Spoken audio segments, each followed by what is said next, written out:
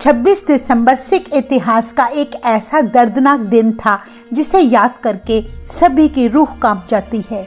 इस दिन गुरु गोबिंद सिंह जी के दो छोटे साहिबजादों ने अपने धर्म को छोड़कर कोई दूसरा धर्म अपनाने से साफ मना कर दिया, बल्कि दीवार में जिंदा चिनवाए जाना हंसते हंसते स्वीकार कर लिया। अपनी शहीदी देकर उन्होंने पूरी दुनिया को दिखा दिया कि हमें अपने धर्म को बचाने के लिए मर मिटने से भी पीछे नहीं हटना चाहिए। वाहे गुरु, वाहे गुरु, वाहे गुरु। सरसा नदी पार करते समय गुरु गोबिंद सिंह जी की माता गुजरी जी और उनके दो छोटे साहिबजादे बाबा जोरावर सिंह जी और बाबा फतेह सिंह जी पानी के बहाव में बहते बहते सहेड़ी गांव जा पहुंचे, जहां उनकी मुलाकात अपने पुराने रसोइये गंगू ब्राह्मण से हुई। माता जी ने उसको देखकर बोला, तुम हमें रोपड़ की तरफ चलकर मेरे पुत्र गोबिंद से मिला दो। पर गंगू माता जी के पास मोहरों की थैली देखकर बेईमान हो गया। सोचने लगा किसी भी तरह ये धन मुझे हासिल हो जाए। उसने माता जी से कहा, जब मुगलों की सेना हट जाएगी तो मैं आपको गुरु जी के पास छोड़ आऊंगा, तब तक आप मेरे घर में शरण ले लें। वह दुष्ट ब्राह्मण केवल धन को देखकर उन्हें अपने घर ले आया। इतिहास में दर्ज है, भोजन करने के बाद जब माताजी रात को सो रहे थे तो आधी रात को गंगू ने माताजी की मोहरों की थैली चुरा ली। माताजी ने उसको चोरी करते देख लिया था, पर वे चुप रहे। अगली सुबह बड़े प्यार से पूछा, गंगू मेरी मोहरों की थैली नहीं मिल रही, कहाँ है? गंगू यह सुनकर बुरी तरह घबरा गया और बोला, माताजी आप मुझे अच्छा इनाम दे रहे हो। एक तो आपको मैंने अपने घर में जगह दी, दूसरा आप मुझे ही चोर बना रहे हो। यदि मुगलों को भनक मिल गई कि मैंने गुरु गोबिंद सिंह जी के परिवार को अपने घर में रखा है तो वे मेरे घर को ही तबाह कर देंगे। इसलिए अच्छा यही होगा कि आप मेरे घर से चले जाएं। माताजी ने तब बड़े धैर्य से गंगू से कहा, अगर तुम्हें धन की जरूरत थी तो मुझे कह देते, मैं तुम्हें अवश्य दे देती, पर चोरी करने की क्या जरूरत थी? गंगू शर्मिंदा होने की जगह बल्कि और भड़क गया। उसने मोरिंडा के सिपाहियों को खबर करके माताजी और साहिबजादों को गिरफ्तार करवा दिया। मोरिंडे की कोतवाली में उन्हें रात भर कैद रखा गया, जहां आजकल गुरुद्वारा कोतवाली साहिब सुशोभित है। इतिहास में दर्ज है कि अगले दिन उन्हें सरहंद ले जाया गया। सरहंद का नवाब वजीर खान गुरु गोबिंद सिंह जी के परिवार को अपने पास देखकर बहुत खुश हुआ। उसने हुक्म दिया कि इन तीनों को ठंडे बुर्ज में कैद किया जाए। माता गुजरी जी और दोनों छोटे साहिबजादों को ठंडे बुर्ज भेज दिया गया। वजीर खान ने तब ऐलान कर दिया कि गुरु गोबिंद सिंह जी के परिवार को भूखा प्यासा रखा जाए। अगर कोई उनकी मदद करेगा तो उसे सख्त से सख्त सजा दी जाएगी। इस प्रकार शाही हुक्म के अनुसार ना उन्हें खाना दिया गया, ना कोई गर्म कपड़ा दिया गया। दादी माँ अपने छोटे साहिबजादों को अत्यंत ठंड में अपनी छाती से चिपकाकर सुलाती रही। इतिहास में दर्ज है, इतने सख्त पहरे के बावजूद भी गुरु घर का एक सेवक था, भाई मोतीराम मेहरा, जिसने माताजी और साहिबजादों को 3 दिन ठंडे बुर्ज में दूध पिलाने की सेवा निभाई थी। कुछ दिन बाद जब वजीर खां को मोती मेहरा के बारे में पता चला तो उसने मोती मेहरा समेत उसके सारे परिवार को कोलू में पीसकर शहीद कर दिया था। आज उन्हीं की याद में सरहंद में गुरुद्वारा बाबा मोतीराम मेहरा सुशोभित है, जहां आज भी वही 2 गिलास देखे जा सकते हैं जिनमें कभी साहिबजादों ने दूध पिया था। अगले दिन 9 साल और 6 साल के मासूम बच्चों को वजीर खां की कचहरी में पेश किया गया, जहां जाते ही साहिबजादों ने गरज कर फतेह बुलाई। वजीर खां सुनते ही आग बबूला हो गया और साहिबजादों की दिलेरी देखकर दंग रह गया। पहले दिन उन्हें ढेरों लालच दिए गए, पर साहिबजादों ने उनकी कोई बात ना मानी। वजीर खान ने सोचा था कि ये तो कोई साधारण बच्चे होंगे जो जरा सा लालच देकर मान जाएंगे, पर वो यह नहीं जानता था कि वो गुरु गोबिंद सिंह जी के शेर हैं, जिन्हें कोई लालच हिला नहीं सकता। इसके बाद साहिबजादों को माता गुजरी जी के पास भेज दिया गया। गुजरी जी अपने बच्चों की दिलेरी भरी बातें सुनकर बहुत खुश हुई और कहा, शाबाश बच्चों, आज तुमने अपने दादा और पिता की शान को कायम रखा है। अगले दिन फिर साहिबजादों को कचहरी में पेश किया गया। बहुत से लालच और डरावे दिए गए, पर बच्चे अडोल रहे। इतिहास में दर्ज है कि दूसरे दिन वजीर खान ने कचहरी का प्रवेश द्वार बंद कर दिया था और एक छोटी सी खिड़की खोल दी ताकि कचहरी में प्रवेश करने के लिए साहिबजादे नवाब के आगे सिर झुकाकर आए। इस तरह वजीर खान साहिबजादों को अपने आगे किसी भी तरह झुकाना चाहता था, लेकिन कलगीधर गुरु गोबिंद सिंह जी के पुत्रों ने पहले अपने चरण अंदर किए, फिर अपना शीश लंघाया। साहिबजादों के ऐसे व्यवहार को देखकर वजीर खान जल भुन गया। उसने साहिबजादों को इस्लाम धर्म अपनाने पर बहुत जोर डाला। साहिबजादों ने इनकार कर दिया और गरज कर वाहेगुरु जी का खालसा, वाहेगुरु जी की फतेह बुलाने लगे। तब मुगलों को ऐसा प्रतीत हुआ जैसे किसी सांप ने उन्हें डंक मार लिया हो। वजीर खां उन्हें लालच और डरावे देने लगा, पर गुरु गोबिंद सिंह जी के शेरों ने संयम नहीं खोया। वजीर खां ने दोनों साहिबजादों को कहा कि तुम इस्लाम धर्म अपना लो तो हम तुम्हें छोड़ देंगे। तो साहिबजादों ने कहा, जालिम वजीर खां, मुसलमान बनकर भी तो हमें एक दिन मरना ही है, फिर हम अपना सिख धर्म क्यों छोड़े? क्या तेरी मौत नहीं आनी अगर तू मुसलमान है? तू हमें स्वर्ग की परियों का क्या लालच देता है?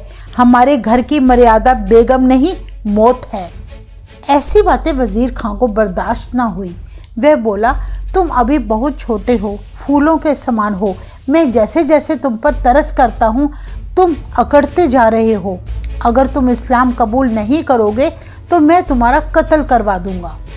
जुल्मों की आंधी आती देखकर मलेर कोटला का खान, जो बड़ी देर से खामोश खड़ा देख रहा था, वह बोला, वजीर खां, कुछ तो खुदा का खौफ करो। कुरान की किस आयत में लिखा है कि बच्चों का कत्ल करो? तुम्हारा सरहंद पापों के भार तले पाताल में गर्क हो जाएगा। इतना सुनकर वजीर खां थोड़ा घबरा गया। तब उसे लगा शायद वह बहुत बड़ा गुनाह करने जा रहा है। वजीर खां का दिल पिघलता देखकर तब दीवान सुच्चानंद बोल उठा, ये तो काफिर के पुत्र हैं, एक मिनट भी जीवित नहीं रहने चाहिए। उस समय सुच्चानंद ने आग में घी डालने का काम किया। वजीर खां ने जानबूझकर तब बच्चों को डराने के लिए कहा, तुम्हारे पिता गोबिंद सिंह जी और बड़े दो भाई चमकौर की जंग में मारे जा चुके हैं। इस जहान में अब तुम्हारा कोई नहीं बचा, इसलिए तुम चुपचाप इस्लाम स्वीकार कर लो, तब तुम्हारी जानें बख्श दी जाएंगी। तब साहिबजादे जोरावर सिंह ने कहा, अगर तू हमें छोड़ भी देगा तो हम अपने गुरु पिता का काम संभालेंगे। हम अमृत छकाकर लाखों सिंह तैयार करेंगे, तेरे जैसे जुल्मियों को कोहलू में पीसेंगे ताकि जुल्मों से दुखी धरती सुख का सांस ले सके। तेरे जुल्म के विरुद्ध तलवार उठाकर तेरी शाही फौज का सत्यानाश करेंगे। साहिबजादों के मुख से ऐसे कटु वचन सुनकर वजीर खान ने तभी हुक्म दिया कि अब इन काफिरों को मेरी आंखों से दूर ले जाओ और इन्हें जिंदा दीवार में चिनवा दो। तीसरे दिन वजीर खां के सिपाही साहिबजादों को कचहरी ले जाने के लिए आए। तब माता गुजरी जी ने कहा, उठो मेरे शेर पुत्रों। उनका मुख चूम कर कहा, मेरे छोटे वीरों, तुम उस गोविंद के लाल हो जिसने धरती के सारे दर्द मिटा दिए, जिसका नाम लेने से पापी भी थर-थर कांपते हैं। कभी दुश्मनों के सामने उन्होंने हार नहीं मानी।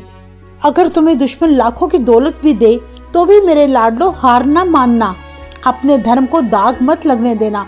तुम सिक्खी के महलों में मोती बनकर जड़ जाओ।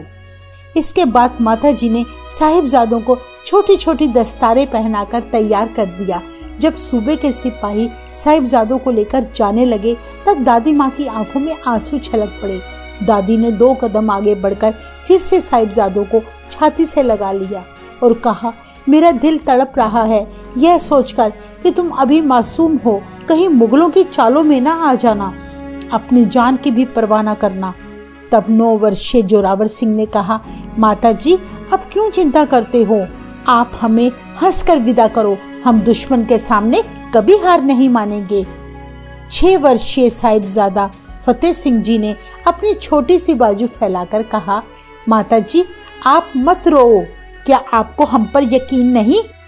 5वें गुरु पिता अर्जुन देव जी की शहादत और गुरु तेग बहादुर जी की शहादत को याद करो। अपने छोटे छोटे पोतों के मुंह से ऐसी बातें सुनकर माता जी को तब यकीन हो गया कि मेरे पुत्र कभी दुश्मन के आगे झुकेंगे नहीं। इसके बाद कचहरी में पेश होकर वजीर खां के सिपाहियों ने साहिबजादों के पैरों में जंजीरें डाल दी। उन्हें नींवों में खड़ा करके दीवारें चारों तरफ से बनानी शुरू कर दी। असहनीय दर्द से भरकर वहां की धरती भी तब तड़प गई होगी। उस वक्त मानो सारी कुदरत पर जबर जुल्म का अंधेरा छा गया होगा। मासूम साहिबजादों के साथ होता अत्याचार देखकर तब लोगों ने पापी वजीर खां और गंगू ब्राह्मण को बड़ी बद्दुआएं दी।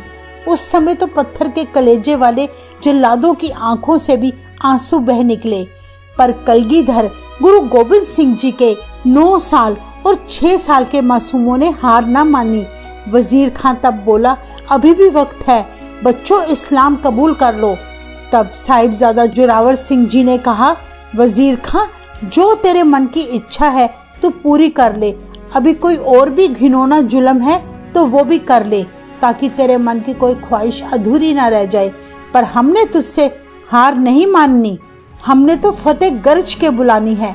तब साहिबजादा फतेह सिंह ने गरज के जयकारा लगाया, बोले, सो निहाल, सत श्री अकाल। उन्हें मौत का कोई भय नहीं था। वजीर खां साहिबजादों के हौसले देख देख कर बहुत शर्मिंदा हो रहा था। हर बार वजीर खां को मुंह तोड़ जवाब मिलता रहा। साहिबजादों को अनेकों तुर्क बनने के लालच, जागीरे, बादशाहत देने के लालच दिए गए, पर उन सच्ची रूहों ने उनकी एक ना मानी, बल्कि अपनी छोटी छोटी बाजुएं फैलाकर सूबे को बोले, हम तेरी बख्शी हुई जिंदगी से तो मौत को 100 बार प्रणाम करते हैं। इसके बाद साहिबजादों को शाशल बेग और बाशल बेग जल्लादों के द्वारा नीमों में चिनवाने का हुक्म दे दिया गया। कुछ ही पल में दीवारें खड़ी कर दी गई। जैसे ही दीवार साहिबजादे के घुटने तक आ गई तो जल्लाद कांप उठा, उसका दिल दहल गया। उन मासूमों के घुटने दीवार में अटक रहे थे। जल्लाद दीवार सीधी खड़ी करने के लिए ईंटें तोड़ तोड़ कर लगाने लगा तो साहिबजादे ने गरज के कहा, देखो कहीं घुटनों की वजह से दीवार टेढ़ी न बन जाए। सिख इतिहास में युगों युगों तक अटल रहेगी ये दीवार। इस दीवार में जरा संभल कर ईंटें लगाना। कहते हैं तब जल्लादों ने दीवार सीधी बनाने के लिए उन घुटनों को छील दिया। उन मासूमों के खून से धरती लाल हो उठी। दोनों बच्चे जपजी साहिब का पाठ करते रहे। जब दीवार बाबा फतेह सिंह जी की ठोडी तक आई तब साहिबजादा जोरावर सिंह की आंखों में आंसू भर गए, पर उन्होंने आह तक न भरी। तब बाबा फतेह सिंह जी ने कहा, भाई तू कहीं हिम्मत ना हार जाना। मेरे जाने के बाद दादी माँ ने कहा था, धर्म को दाग नहीं लगाना। तुम उस दादा के पोते हो जिन्होंने सारे हिंद की इज्जत रखी है। तब जोरावर सिंह ने बाबा फतेह सिंह की तरफ मोह भरी नजरों से देखकर कहा, मैं बिल्कुल भयभीत नहीं हूँ, पर मन में ख्याल आ गया कि तू मेरे से उम्र में छोटा है और मुझसे पहले ही शहीद हो चला है। मैं तुझे अपनी बाहों में लेकर आखिरी बार प्यार भी नहीं कर सका। दुनिया से रुखसत होते समय साहिबजादे ने गरज के फतेह बुलाई। वहां खड़े सारे पापी कांप उठे। खूनी दीवार लहू के साथ लथपथ होकर तैयार हो गई। तब तक वे दोनों इलाही नूर शहादतें प्राप्त कर चुके थे। माता गुजरी जी को जब अपने पोतों की कुर्बानी का पता लगा तो वे भी उसी समय सचखंड चली गईं।